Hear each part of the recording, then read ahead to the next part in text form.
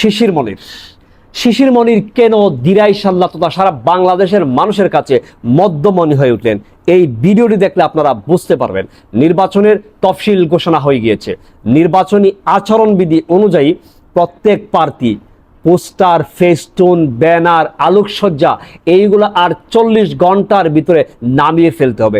এই দেখেন আপনারা, শিশির মনির একজন প্রার্থী, সে নিজেই নিজের পোস্টার চিরে আইনের প্রতি শ্রদ্ধা দেখাচ্ছে। এমন একজন প্রার্থী, এমন একজন যোগ্য প্রার্থী, জনগণ বান্ধব প্রার্থী দ্বিতীয় আরেকজন আপনারা দেখাতে পারবেন না। আমি মনে করি দিরাইশাল্লাবাসী আপনারা সৌভাগ্যবান। সুতরাং দিরাইশাল্লাবাসী এই অমূল্য রতনটাকে, এই অমূল্য শিশির মনিরটাকে আপনারা আপনাদের সেবক হিসেবে আগামী নির্বাচনে চুজ করে নিয়েন। দেখবেন আপনাদের এই দিরাইশাল্লাহ আসনটি বাংলাদেশের মধ্যে একটা মডেল আসনে রূপান্তরিত করে দিয়েছেন এই শিশির মনির। দিরাইশাল্লাহবাসী জিন্দাবাদ, অ্যাডভোকেট শিশির মনির জিন্দাবাদ, বাংলাদেশ জামাত ইসলামী জিন্দাবাদ, বাংলাদেশ ইসলামী ঐক্যজোট জিন্দাবাদ।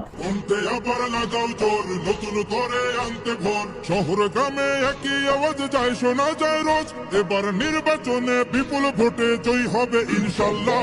দেখে দেখে সিল মারো